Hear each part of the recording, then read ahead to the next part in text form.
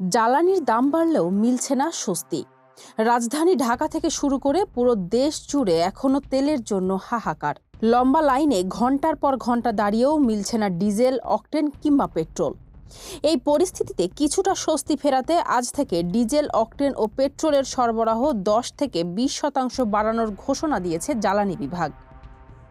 গত ১৮ এপ্রিল শনিবার অকটেনে ২০ টাকা, পেট্রোলে ১৯ টাকা ও ডিজেলে ১৫ টাকা দাম বাড়ানোর পর জনমনে কিছুটা আশার আলো দেখা দিলেও বাস্তবে ভোগান্তি বেড়েছে বহুগুণ। রাজধানী ঢাকার অধিকাংশ ফিলিং স্টেশনে গাড়ির দীর্ঘ সারি, কেউ বা লাইনে দাঁড়িয়েছেন মধ্যরাতে, তেল পাচ্ছেন পরদিন বিকেলে। সিরিয়াল ছিল ৩০০, ৪০০, এমনকি ৫০০ গাড়ি পিছনে ছিল, কিন্তু তারা তেল পায় নাই। যারা পায় নাই এরা কিন্তু এখান থেকে চলে যায় না, পরে আবার সিরিয়াল দিছে। এখন বাজে ১২টা, এখন পর্যন্ত কিন্তু তেলের দেখা নাই। গতকাল ৮টার সময় তেল পাম্পে আইছি, সারাদিন ছিলাম, সারা রাত আসি, এখনও আসি, এখন তো তেল পাইলাম না। পাবো কিনা আল্লাহ পাক ছাড়া কেউ বলতে পারে না। ঘন্টা সামনের দিক দিয়ে ভিআইপি ঢুকাইয়া দেয়, এই কারণে আমরা তেল পাচ্ছি না।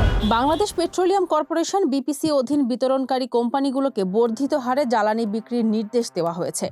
নতুন ঘোষণা অনুযায়ী প্রতিদিন ১৩,০৪৮ টন ডিজেল, ১,৪২২ টন অকটেন এবং ১,৫১১ টন পেট্রোল বিতরণ করা হবে। পরিস্থিতি সামাল দিতে আজ থেকে সরবরাহ ১০ থেকে ২০% বাড়ানোর ঘোষণাও দিয়েছে জ্বালানি বিভাগ। জ্বালানি ও খনিজ সম্পদ প্রতিমন্ত্রী ইকবাল হাসান মাহমুদ টুকু সংসদে দাবি করেছেন, দেশে তেলের কোনো সংকট নেই, বরং প্যানিক বাইং ও অসাধু ব্যবসায়ীদের মজুদি এই পরিস্থিতির জন্য দায়ী। তবে সংসদে তীব্র সমালোচনার মুখে পড়েছেন নীতি নির্ধারকরা। ব্রাহ্মণবাড়িয়া ২ আসনের সংসদ সদস্য রুমিন ফারহানা সরকারের বিরুদ্ধে জনগণের সঙ্গে মিথ্যাচারের অভিযোগ তুলেছেন। ক্যাবের জ্বালানি উপদেষ্টা এম শামসুল আলম বিষয়টিকে সরকারের ভয়ঙ্কর অদক্ষতা হিসেবে অভিহিত করেছেন। তিনি জানান, সরকার উল্টো বয়ান তৈরি করে জনগণকে বিভ্রান্ত করছে। পাম্প মালিক সমিতির পক্ষ থেকে অভিযোগ করা হয়েছে, দাম বাড়লেও ডিপো থেকে পর্যাপ্ত তেল সরবরাহ করা হচ্ছে না। অনেক পাম্পে চাহিদার তুলনায় অনেক কম তেল ব্যবহার করা যাচ্ছে।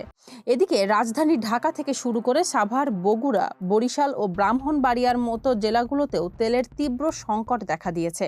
পণ্যবাহী পরিবহন থেকে শুরু করে সাধারণ মোটরসাইকেল আরোহী সবাইকেই ঘন্টার পর ঘন্টা লাইনে দাঁড়িয়েও তেল না পাওয়ার তিক্ত অভিজ্ঞতার শিকার হতে হচ্ছে। বিশ্লেষকরা মনে করছেন, পর্যাপ্ত সরবরাহ নিশ্চিত করতে না পারলে জ্বালানি বাজার স্থিতিশীল করা সম্ভব হবে না। ফারজানা হাসিন, মানবকণ্ঠ।